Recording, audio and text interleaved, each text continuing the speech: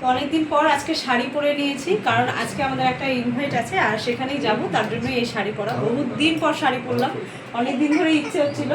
তো এই যে দেখো সবাই কিন্তু রেডি হয়ে গেছি, আর এই যে মা ধরে রয়েছে ক্যামেরা, আর এই যে মাও কিন্তু রেডি। তো চলো সবাই মিলে এখন বেরোবো।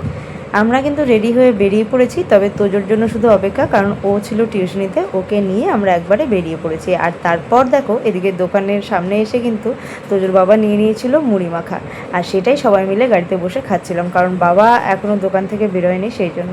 আর এদিকে মা আমাকে খাইয়ে দিচ্ছিল, কারণ আমার কোলে মাম্মাম ছিল সেই জন্য। আর তারপর বাবাও চলে এসেছিলো, আর আমরা কিন্তু বেরিয়ে পড়েছিলাম। আর আজ কোথায় যাচ্ছি সেটাই তোমাদের বলা হয়নি। আমরা আজকে যাচ্ছি কালিয়াগঞ্জে, কারণ ওখানে আমার পিসি শাশুড়ির বাড়ি রয়েছে, আর ওই বাড়িতে আজকে একটা বোনের বার্থডে রয়েছে, আর সেই জন্যই কিন্তু আজকে কালিয়াগঞ্জ যাওয়া। তো আমরা কিন্তু এসে পৌঁছে গেছি, আর আসার পর মাম্মামকে বসিয়ে দিয়েছিলাম। এদিকে দেখো সবাই মিলে কোলে নেবে দেখে ওকে ডাকছিল, তবে ও কারোর কোলেই যাচ্ছিল না। আর যেই ওর বাবা একবার ডাকলো তখন কিন্তু ওর বাবার দিকে চলে গেছিলো।